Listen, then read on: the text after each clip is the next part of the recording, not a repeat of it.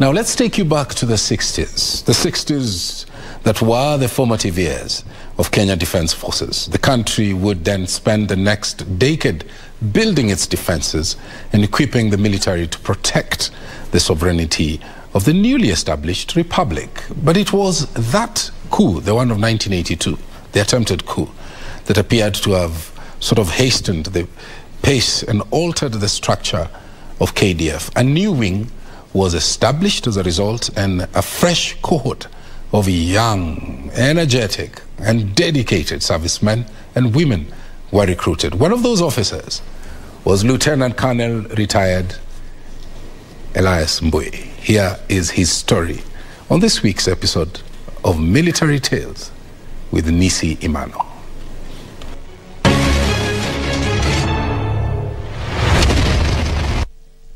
Born in Embu in 1968, Lieutenant Colonel Mbui grew up helping his parents around the farm. Helping my parents, farming, grazing, just like an ordinary Embu child. Soon after his A-levels, he was called to the Kenya Science Teachers College.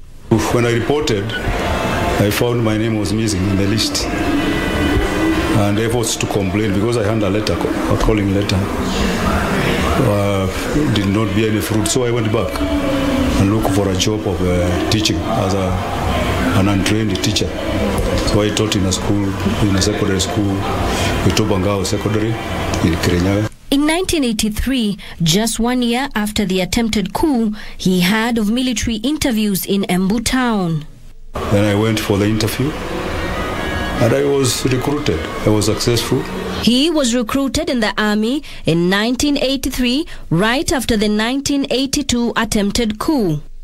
So a lot of officers left the service. I think now they converted some of us cadets from the army and then went to the Air Force. And then we trained together, both army, Navy, and the Air Force. In 1984, Lieutenant Colonel Mbui was posted to the then 82 Air Force Flying Training School as a training pilot. I was flying, yeah, but I think I found it better joining the logistics because I could have more time,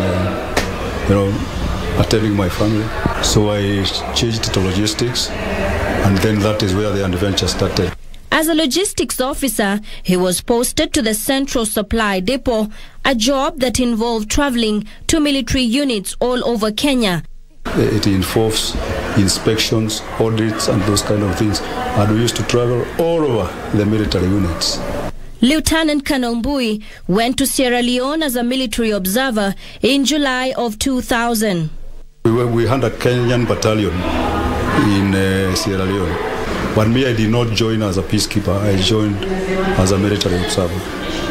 So the job of a military observer mainly was to, to move around doing patrols, gathering intelligence, briefing the other troops on what is happening around the country. Lieutenant Colonel Mbui is remembered as the officer who risked disarming rebels without waiting for backup. I decided to take a risk alone. And I traveled to Sembe. I talked to the colonel. We agreed. I briefed the headquarters. And we set up a date of disarmament. And that day we got 101 guns disarmed. And I said, although I risked, I think it was one of the best things I did. When he came back to Kenya in December of 2001, he was assigned greater duties and responsibilities. Yeah, when I came back, briefly I was posted to National Defense College. I came back to CSD and I became the commanding officer at the Central Supply Depot, where we proceeded with the normal ordinary supplies, equipment, supplies to the Air Force. Until his retirement, Lieutenant Colonel Mbui served at the Kenya Military Academy. KMA has got different colleges. There's one in Lanet. There's another one that's for recruit in Eldoret, and various others like School of Combat.